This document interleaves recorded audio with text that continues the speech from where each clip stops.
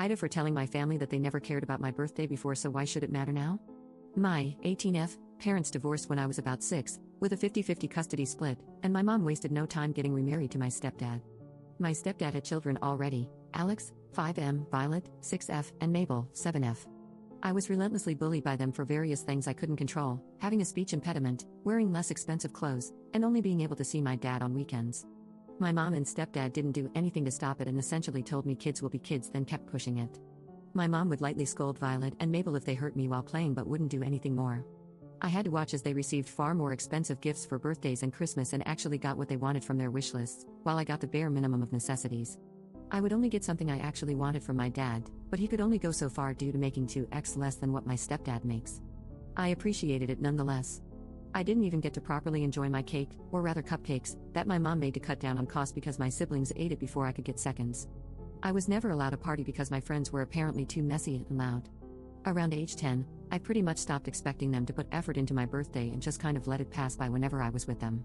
Yesterday was my 18th birthday, and I decided to spend it with my friends, boyfriend, and dad. I was pretty much out all day and came back at around nearly 10 p.m. My mom was waiting for me with my stepdad and pretty much blew up on me for not spending the day with them. Apparently, they prepared a small celebration for me that got wasted because I wasn't there. They were both going off on me for being inconsiderate and ungrateful. In the middle of their little rant, I snapped that they never cared about my birthday all these years, so why should this one matter now? They were in shock, and that gave me an opportunity to go to my room and sleep. I woke up to texts from my grandparents and aunt saying that I was disrespectful for saying that and ungrateful for anything my mom and stepdad did for me. Karen 2013. That's pretty much what happened with my mom and stepdad, except my stepdad wouldn't let my mom get a job because he wanted a housewife, and the only money my mom received was child support from my dad, which she promptly used on my older siblings. I was the only one that still lived at home at the time and the only minor. After I moved out and started living on my own, Christmas gatherings were always still majorly disproportionate. Step-siblings would get $1,000 in items at least, if not more, while I might get $50, $100 maybe worth of stuff. I was grateful for what I got, but can't say it still didn't sting a little. Then he later on gifted me a $10,000 car, and my step-siblings were mad that he gave me anything like that. They got gifted houses, by the way. I never actually resented my stepdad, to be honest. I just resented my mom a little for putting me in that position. Your stepdad probably told your mom that she was responsible for you and he wouldn't provide anything extra. Meanwhile, she was probably reaping the child support benefits off your dad, so he couldn't afford to buy anything extra special for you. You are 18 now, just move in with your dad if you can.